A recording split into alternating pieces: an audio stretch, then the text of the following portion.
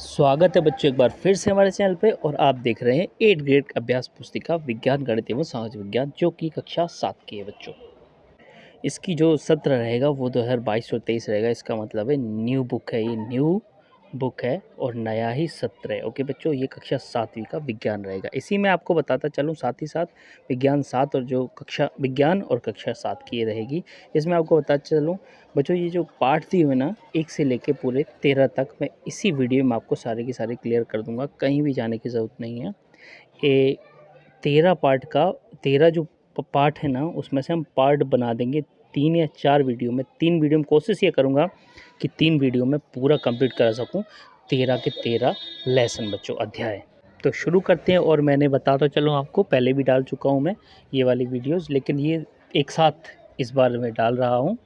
तो इसकी मैं प्लेलिस्ट बना दूँगा ताकि आपको कोई प्रॉब्लम नहीं आए। आप जाएँ सीधे चैनल पर, प्लेलिस्ट पे क्लिक करें, क्लास 7 की विज्ञान, तो उस पर आपको वीडियो मिल जाएंगी। ठीक है बच्चों, कहीं जाने की ज़रूरत नहीं है और दूसरी जगह। तो शुरू करते हैं। और शुरू करने से पहले चैनल पे नए चैनल को सब्सक्राइब नहीं किया, चलो कष्ट के चैनल को सब्सक्राइब ज़रूर कर दें।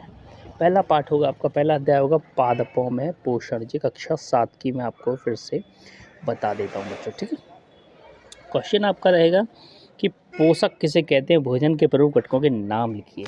पोषक होते हैं कि सजीवों द्वारा भोजन ग्रहण करने एवं उनके उपयोग करने की विधि को पोषण कहते हैं। भोजन के प्रमुख घटक कार्बोहाइड्रेट, प्रोटीन, वसा, विटामिन, खनिज, लवण, जल इत्यादि या आहारी जैसे हैं। ठीक है बच्चों, दूसरा क्वेश्चन आता है कि पौधे के किस भाग को पौधे की खाद्य प्रक्रिया कहा जाता है। तो इसका आंसर आपको बच्चों ये रहा कि पत्तियों को पौधे की खाद्य फैक्ट्री कहा जाता है। पत्तियों को कहा जाता है, क्यों? क्योंकि इसमें क्लोरोफिल होता है। ठीक है, क्लोरोफिल होता है इसमें। ठीक है, क्लोरोफिल की प्रोसेस होती है। क्या? क्योंकि हरी पत्तियों के द्वारा पादप के लिए भोजन बनाने की प्रक्रिया संपन्न होती है, जिसको हम कहते हैं हरित लवक। ठीक है बच्चों, चलिए आगे बढ़ते हैं। नेक्स्ट क्वेश्चन देखते हैं। तीसरा क्वेश्चन है, मरुस्थलीय पादपों में पत्तियां सल्क और सूल रूपी हो जाती हैं, क्यों? मरुस्थलीय पादपों में पत्तियां सल्क और सूल में स्थानांतरित बोल सकते हैं हो जाती हैं, ताकि जल की हानि को रोका जा सके। ठीक है बच्चों, चलिए नेक्स्ट क्वेश्चन देख लें। चौथा, अच्छा तीसरे का वाह है कि हरी पत्तियों के अतिरिक्त अन्य वर्ण या फिर रंग की पत्तियां भी प्रकाश संश्लेषण की क्रिया करती हैं। हरी पत्तियों के अतिरिक्त अन्य वर्ण रंग की पत्तियां भी क्लोरोफिल, उनमें भी क्लोरोफिल होता है, इसलिए इन पत्तियों में भी प्रकाश संश्लेषण की क्रिया होती है। ठीक है बच्चों, चलिए चौथे की बात करें, जड़ द्वारा अवशोषित जल एवं खनिज पत्ती तक किस प्रकार पहुँचते हैं। जड़ द्वारा अवशोषित जल एवं खनिज वाहिकाओं द्वारा पत्तियों तक पहुंचाई जाती हैं। ये वाहिकाएं नली के समान होती हैं, जिनका नाम होता है जाइलम और फ्लोएम। जाइलम से क्या पहुंचा जाता है बच्चों? पोषक तत्व। फ्लोएम से पहुंचा जाता है पानी। ठीक है, अब लघुत्तर की बात करें बच्चों, तो स्वपोषी तथा विषमपोषी को वर्गीकृत करें। स्वपोषी क्या होते हैं? ऐसे पौधे जो अपना भोजन स्वयं बनाते हैं, उन्हें स्वपोषी कहते हैं। ठीक है, नेक्स्ट है विषमपोषी। ऐसे पौधे जो भोजन के लिए अन्य पौधों पर आश्रित या आधारित रहते हैं, उन्हें विषमपोषी कहा जाता है। 5 कंप्लीट होते हैं। छठवें की बात करते हैं बच्चों को, पादपों में सहजीवी संबंध को उदाहरण से समझाइए। तो इसका आंसर ये रहा कि कुछ पादप एक दूसरे के साथ रहते हैं तथा अपना आवास एवं पोषक तत्व एक दूसरे के साथ बांधते हैं, अर्थात दो अलग अलग प्रजातियां के बिना एक दूसरे की हानि पहुंचाए बिना एक साथ रहते हैं।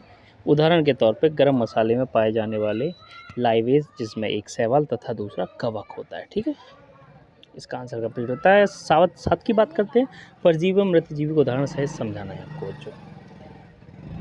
परजीवी की बात कर लेते हैं, तो कुछ पौधे दूसरे जीवों से अपना पोषण प्राप्त करते हैं, परजीवी कहलाते हैं। उदाहरण के तौर पर अमरबेल एक परजीवी है। मृतजीवी बात करते हैं तो ऐसे जीव जो किसी मृत एवं विघटित जैव पदार्थ से पोषक प्राप्त करते हैं, मृतजीवी कहलाते हैं। इसका एग्जाम्पल की तौर पर बात करते हैं, कवक या ईस्ट। ठीक है, कवक या ईस्ट। चलिए आगे देख लेते हैं। 8वां क्वेश्चन क्या कह रहा है कि कीटभक्षी पादप भोजन का भक्षण किस प्रकार करते हैं, सचित्र वर्णन आपको करना है। कीटभक्षी पादप दलदली क्षेत्रों में पाए जाती हैं तथा पोषक बोलते हैं नाइट्रोजन की पूर्ति हेतु घड़े के समान दिखने वाली संरचना, जिसमें एक ढक्कन लगा होता है और अंदर चिपचिपा पदार्थ तथा रोम होते हैं। जब कोई कीट इसके अंदर आ जाता है तो ढक्कन बंद हो जाता है, ये बंद कर लेते हैं, जिसके कारण कीट की मृत्यु हो जाती है तथा पौधे उसका पोषण तत्व अवशोषित कर लेते हैं। ठीक है, आपको क्या करना, इसका एक क्या बना लेना, सचित्र वर्णन कर देना। कुछ इस प्रकार का होता है, जैसे ये आपका घड़ा हो गया और ये इसका ढक्कन टाइप्स हो गया। ठीक है बच्चों, यहाँ पे चिपचिपा पदार्थ तथा रोम रहती है। कोई भी कीड़ा आया अंदर, जैसे ही बैठा खोले रखते हैं वो ढक्कन, जैसे ही अंदर आया वो बंद कर लेते हैं धीरे के।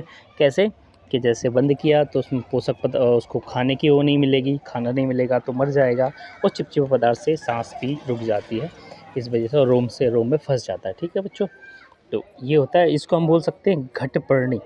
घटपर्णी मेघालय में पाया जाने वाला एक पौधा होता है जो कीटभक्षी होता है। ठीक, चलिए आगे बढ़ते हैं। क्वेश्चन है, प्रकाश संश्लेषण क्रिया का व्यवस्था चित्र बनाइए एवं समीकरण सहित व्याख्या कीजिए। प्रकाश संश्लेषण क्या है? पौधे कार्बन डाइऑक्साइड, जल, सूर्य प्रकाश और क्लोरोफिल की उपस्थिति में अपना भोजन, कार्बोहाइड्रेट व ऑक्सीजन उत्पन्न करते हैं। इस प्रक्रिया को प्रकाश संश्लेषण कहते हैं। इसका समीकरण ये रहा, carbon dioxide plus H2O, carbon dioxide gas होती है, H2O जल हो गया। ठीक है, जो कार्बोहाइड्रेट बनता है C6H12O6, जिसे हम ग्लूकोज भी बोल सकते हैं, और इसमें ऑक्सीजन भी निकलती है अलग से। ठीक है, इसका सचित्र वर्णन करने के लिए आपको चित्र देखना पड़ेगा, बहुत इजी है, आप बिल्कुल गूगल पे जाके चित्र देख सकते हैं। ठीक है बच्चों, चलिए बढ़ते हैं आगे। अगर हम 10 की बात कर रहे हैं, मृदा में पोषक तत्वों की पुनः पूर्ति किस प्रकार होती है? तो मृदा में पोषक तत्वों की पुनः पूर्ति खेतों में खाद एवं उर्वरक मिलाने से होती है, तथा कुछ जीवाणु जैसे राइजोबियम वायुमंडल की नाइट्रोजन को सरल रूप में बदल सकते हैं या बदल कर भूमि में मिलाते हैं या फिर मिल जाते हैं। इसके अलावा पोषक तत्वों की पूर्ति फसल चक्रण द्वारा भी की जाती है। फसल चक्रण पहले 8th क्लास में था, अभी 7th क्लास में भी आ गया। ठीक है बच्चों, चलिए आगे बढ़ते हैं। अब बात कर लेते हैं पाठ 2 या अध्याय 2 की, प्राणियों में पोषण। पहला क्वेश्चन है, मानव पोषण के चरणों को सही क्रम में आपको बताना है। तो क्या क्या होता है? सबसे पहले अंतर्ग्रहण होता है, ठीक है, दूसरा पाचन होता है, तीसरा अवशोषण होता है, चौथा क्या होगा, स्वागीकरण है, स्वर्गीकरण, और तीसरा और लास्ट वाला जो होता है निष्कासन होता है। दूसरा क्वेश्चन आते हैं, दूसरा क्वेश्चन क्या, पाचन व सहायक ग्रंथियों के नाम। लार ग्रंथि, ठीक है, यकृत और अग्नाशय, ये तीन होती हैं। ठीक है बच्चों, उम्मीद है वीडियो पसंद आ रहा हो, अगर पसंद आ रहा हो तो प्लीज़ वीडियो को लाइक करके आगे बढ़ें। नेक्स्ट है, आमाशय का आंतरिक स्तर श्लेष्मल, हाइड्रोक्लोराइड अम्ल और पाचक रस स्रावित करते हैं। भोजन, क्वेश्चन क्या है कि आमाशय की कार्य प्रणाली लिखिए। पित्त कहाँ निर्मित होता है? यह भोजन के किस घटक में पाचन में सहायता करता है? ठीक है, तो क्या बताया दिया, आमाशय का आंतरिक स्तर श्लेष्मल, हाइड्रोक्लोरिक एसिड तथा पाचन रस स्रावित करते हैं। भोजन को अम्लीय बनाता है, जिसके कारण पाचक रस प्रोटीन, ठीक है, सरलता से पाचन करता है। प्रोटीन व जो भी पाचक रस और प्रोटीन सरलता से प्राप्त करता है। यकृत पित्त रस का स्रावन करता है, पित्त रस वसा का पाचन करता है। मतलब एक दूसरे से सब जुड़े हुए हैं, कोई एक चीज़ भी अगर ना हो तो जो खाने का पाचन है उसमें थोड़ी सी गड़बड़ी आ सकती है। क्वेश्चन में विभिन्न प्रकार के दांतों के नाम लिखिए। कृदंत, रदनक, ये क्रंदत नहीं कृदंत है, रदनक, अग्रचौर्णक और चौर्णक। ठीक है, ये आपके नाम हो गए। नेक्स्ट आते हैं लघुत्तरी की, शरीर की सबसे बड़ी ग्रंथि का नाम बताएं, इनमें से कौन कौन से रस स्रावित होते हैं तथा किस प्रकार घटक में पाचन में सहायता करती है।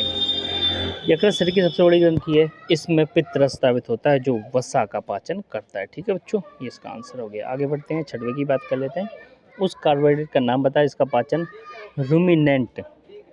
रूमिनेंट या बस जुगाली करने वाले जानवर द्वारा किया जाता है, परंतु मानवरत नहीं। इसका कारण बताइए, तो इसका आंसर ये रहा कि रूमिनेंट जुगाली करने वाले जानवर सेलुलोज एक प्रकार का कार्बोहाइड्रेट का पाचन किया जाता है। ऐसा इसलिए क्योंकि उनके रूमेन में सेलुलोज का पाचन करने वाले जीवाणु पाए जाते हैं, किंतु मानवों में ऐसे जीवाणु नहीं पाए जाते, जिसके कारण मानव इसका पाचन नहीं कर पाता। इसका आंसर ये हो गया। सातवें की बात कर लेते हैं, दीर्घ रोम क्या है, यहाँ ये कहाँ पाए जाते हैं, यह उनके कारक लिखिए। तो क्षुद्रांत्र की आंतरिक भित्ति पर अंगुली के समान उभरी हुई संरचना होती है, जिन्हें दीर्घ रोम अथवा रसांकुर बोल सकते हैं, रसांकुर कहते हैं। दीर्घ रोम बचे हुए भोजन के अवशोषण हेतु क्या तल क्षेत्र बढ़ा देते हैं। ठीक है, नेक्स्ट क्वेश्चन आते हैं, 8वें की बात कर ले, तो घास खाने वाले जंतुओं में पाचन क्रिया समझाइए। ये इसका आंसर आप स्क्रीनशॉट ले लें, उसके बाद आप आगे बढ़ लें, आप खुद पढ़ सकते हैं, मुझे उम्मीद है कि आप पढ़ लेंगे। नेक्स्ट आते हैं दीर्घ उत्तर की, अगर हम बात करें कि मानव पाचन तंत्र का नामक चित्र आपको बनाना है। ठीक है, कुछ नहीं, बहुत ईजी है, गूगल पे एक बार देखेंगे एकदम क्लियर हो जाएगा। सबसे पहले क्या आता है, मुखगुहिका, दूसरा आता है ग्रास नली या ग्रसिका बोल सकते हैं, आमाशय आता है, छोटी हाथ, बड़ी हाथ और मलद्वार आता है। ठीक है, ऐसा कुछ बनता है, ऐसा थोड़ा सा यहाँ से ये मुखद्वार हो गया, ये ग्रसिका हो गई, उसके बाद यहाँ पे ये अपना पित्ताशय हो गया। ठीक ठीक है। उसके बाद अपनी ये यकृत हो गई, अगर आमाशय ऐसा होगा उसके बाद कनेक्टेड होता है तो ये छोटियाँ तो बड़ी होता है, ऐसा कुछ बनता है, आप एक बार ज़रूर देख लीजिए। नेक्स्ट आते हैं 10वां कि अमीबा में भोजन एवं पाचन का सचित्र आपको वर्णन करना है। गूगल पे जाएंगे या बुक में देखेंगे तो आपको मिल जाएगा, ठीक है बच्चों। चलिए आगे बढ़ते हैं। उसका डिटेल में ये दिया हुआ है, इसका स्क्रीनशॉट लेके आप डिटेल में भी पढ़ सकते हैं, ठीक है बच्चों। चौथे पार्ट की बात कर लें, ऊष्मा। क्या सूर्य द्वारा पृथ्वी तक ऊष्मा किस प्रकार पहुंचती है? सूर्य द्वारा पृथ्वी तक ऊष्मा विकिरण द्वारा पहुंचती है, इसका आंसर हो गया। नेक्स्ट है, निम्न में से ठंडी व गर्म वस्तुओं की सूचीबद्ध कीजिए। अब इसको आपको ठंडी व गर्म देखना है, आपको कहाँ दिया हुआ है यहाँ पे, आइसक्रीम, फलों का रस, चाय से प्याले में। तो क्या ठंडी वस्तु क्या जाएंगे? आइसक्रीम, फलों का रस, तलने के लिए उपयुक्त किसी बर्तन की हथी, ठीक है। और गर्म वस्तु चाय के प्याले में रखी चम्मच, ठीक है। चलिए आगे बढ़ते हैं। डॉक्टरी थर्मामीटर का परिसर लिखिए। तो क्या होता है, इसका आंसर क्या हो जाएगा? सेल्सियस स्केल में 35 डिग्री सेल्सियस से 42 तक होता है। फ़ारेनहाइट की बात करें तो 94 से 108 फ़ारेनहाइट होता है, ठीक है। नेक्स्ट आता है, किन्हीं दो ऊष्मा चालक व ऊष्मारोधी पदार्थों के नाम लिखना है। ऊष्मा चालक होता है लोहा, तांबा, सोना, कांसा। ऊष्मारोधी लकड़ी, रबड़, प्लास्टिक, ठीक है बच्चों। चलिए अब लघु उत्तर की बात कर लेते हैं। गर्मियों में सफ़ेद रंग या हल्के रंग के व सर्दियों में गहरे रंग के वस्त्र क्यों पहनना चाहिए?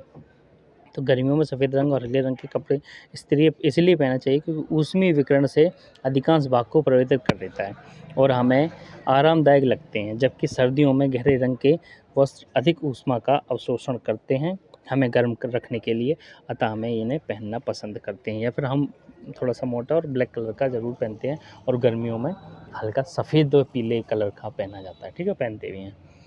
छठवां देख लें, प्रयोगशाला तापमापी और डॉक्टरी थर्मामीटर के बीच समानताएं व अंतर लिखिए। इसका स्क्रीनशॉट ले लें आप, इसका आंसर मैंने आपको पूरा क्लीन दे दिया है, ठीक है बच्चों। आते हैं 7वें की बात कर लेते हैं। 7वां क्या है? ऊष्मा चालन व ऊष्मा संवहन प्रक्रम को उदाहरण सहित स्पष्ट करना है आपको बच्चों।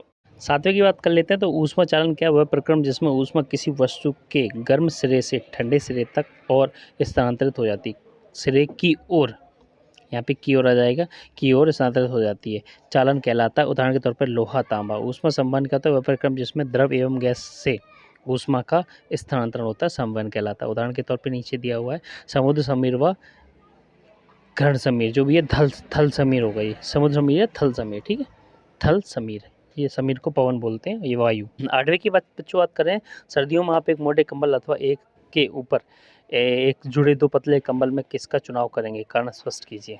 सर्दियों में हम एक के ऊपर एक जुड़े दो पतले कंबल चुनेंगे, पसंद करेंगे, क्योंकि इन दोनों कंबलों के बीच वायु एक ऊष्मारोधी स्तर बनाती है जो हमें अधिक गर्म करती है, ठीक है बच्चों। ये आपका हो गया 9वां क्वेश्चन है दीर्घ उत्तरी में कि डॉक्टरी थर्मामीटर का चित्र बनाइए। डॉक्टरी थर्मामीटर के उपयोग करने के लिए आवश्यक सावधानियाँ भी आपको बताना है। चित्र बना लीजिए सबसे पहले, इसका गूगल पे मिल जाएगा। और आवश्यक सावधानियाँ ये दी हुई हैं, थर्मामीटर का उपयोग से पहले और पश्चात धो लें, ठीक है। थर्मामीटर को पढ़ते समय पारे का तल दृष्टि रेखा में सीधा होना चाहिए। थर्मामीटर का उपयोग से पहले 35 डिग्री से नीचे हो, तल जो रहता है वो 35 डिग्री से नीचे हो। 10वां क्वेश्चन है कि जल समीर और थल समीर में चित्र बनाकर व्याख्या करना है आपको। तो गूगल पे जाइए और आपका या फिर बुक देखिए, तो आपको ये दोनों को चित्र मिल जाएंगे, ठीक है बच्चों। और इसका जो लास्ट है ना, इसका जल समीर है, इसका क्या, दिन के समय पृथ्वी की गर्म वायु ऊपर उठती है तथा जल की ठंडी वायु पृथ्वी की ओर आती है, जिससे जल समीर या समुद्र समीर कहा जाता है। तल समीर की बात करें तो रात के समय पृथ्वी की ओर से ठंडी वायु समुद्र की ओर आती है, समुद्र की गर्म वायु ऊपर उठकर धरती की ओर आती है, इसे हम थल समीर कहते हैं बच्चों। वीडियो यहीं समाप्त करता हूँ। अगर वीडियो पसंद आए तो प्लीज़ वीडियो को लाइक करें, साथ में चैनल को सब्सक्राइब जरूर कर दें, ये मेरी रिक्वेस्ट है। मिलता हूँ अगली वीडियो में, धन्यवाद।